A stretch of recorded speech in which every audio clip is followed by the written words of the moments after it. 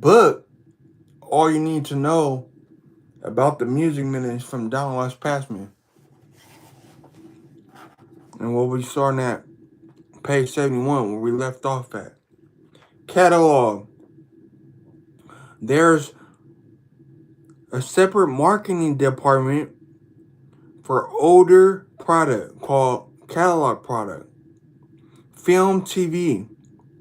This department hounds people to use the company's recordings in movies, TV shows, and commercials.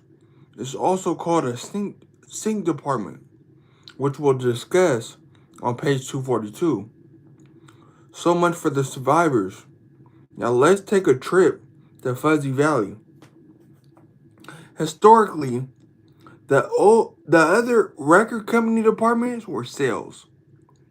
Selling and shipping records to stores, making sure your product is displayed prominently, marketing, publicity, album cover, artwork, promo videos, ad campaigns, etc. Production, manufacturing, printing covers, etc. And product management. A point person in charge of making sure the other departments all did their jobs for your record. This worked nicely when we were dealing with physical product. But as you know, physical product is now a vampire with a wooden stake in his heart, throwing off a few last twitches. So here is what the jobs look like today. As we discussed, marketing departments traditionally reached out to consumers and sales. People reached out to record stores. Since the stores of today are the digital service providers called DSPs, such as Spotify, Apple Music, etc., sales and marketing departments are now divided on the basis of who they're going after. Specifically, marketing people with consumers and salespeople deal with the DSPs like they deal with stores. Here's some more detail. The marketing departments have different names at different companies, but are usually called something like digital marketing. Their job is to hype your music to consumers through website design, social media marketing, etc. They also track social media engagement and collect data on how your music is trending. And more people streaming it. Is it falling off like a cliff? Similarly to the way sales departments ship physical records in the past, today's sales departments are responsible for all the technical functions around digital files, such as correctly encoding metadata on the masters.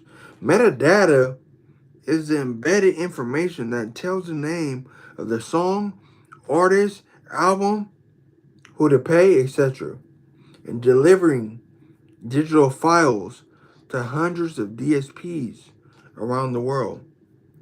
Most important, however, is that salespeople push the DSPs to maximize streams of your music. For example, sales folks try to get you featured on the DSP's homepage. They also try to get you on playlists, and as I understand it, playlisting is a pretty complex area. For example, you don't want unknown music too early in a playlist. Listeners skip it, and DSPs keep track of which songs are being skipped so they can dump them. But you don't want your song too late in the playlist because people stop listening before they get to it. Their goal is to drill your music deep enough into a subscriber's brain so that it ends up on their personal playlist. That way, they keep listening to your music and making you money long after the record was released. This is known in the industry as lean back, meaning that someone is listening to their own playlist or a DSP called creative playlist, as opposed to lean in, where they actively searching for new music. As for other departments, product managers now handle things like TV appearances or Facebook and Spotify promotions. Production now plans releases, meaning they get together final edits of the music, credits, delivery to the DSPs, etc.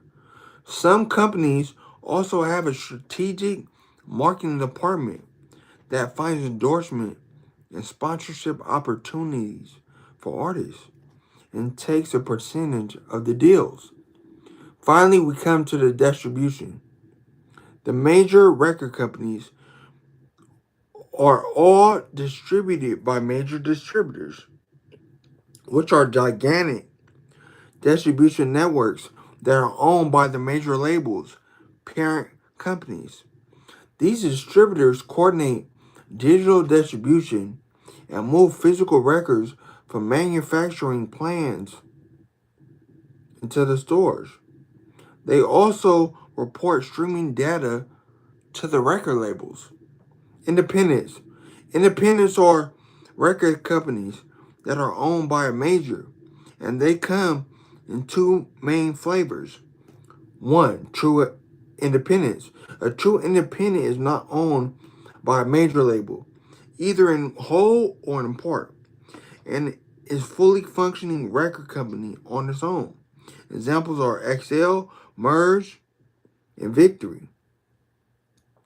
True independents generally distribute their records through independent distributors, which are set up to deal with the specialized needs of independent companies.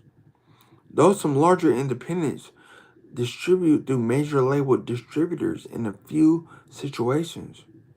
Strange as it sounds, most of the big independent distributors are owned by the same companies that own the major labels, specifically Red and The Orchard are owned by Sony. Caroline is owned by Universal, and ADA is owned by Warner Music. Major distributed independent. This is the independent entity that has little or no stuff, but rather signs artists and makes a deal with the major label to perform many, sometimes all, of the functions beyond recording their records. These companies may be truly independent in ownership, or they may be owned in whole or in part by a major record company, such as Sub Pop, which is partially owned by Warner. The primary thing these companies bring to the party is the ability to find talent and then beat the distributing company to make sure their product gets promoted. Product released by these companies may be on the independent's own label or may be on their distributing company's label, in which case the public may never know the independent company exists. This type of entity is discussed in detail on page 191 in connection with independent production agreements. Here's a chart and note the retailer means streaming services like Spotify and Apple Music, digital stores like iTunes, Amazon, and the disappearing physical retail locations, which are called brick and mortar locations like Walmart. The Marathon Store, um, independent production entity, major record company, distributor, retailer, etc. Figure 2, major distributed independent record companies. A word by about retailers. Thank y'all for y'all time. We finna stop at a word about retailers, and we'll read that later or tomorrow. So We're going to start at page 74. And this was all you need to know about the music business from Donald S. Passman. And hope you guys start the new year 2026 good. Keep thriving, reaching your goals. The best is yet to come. Keep going. Don't give up. Make sure y'all like, follow, subscribe, all that. Share. We're global.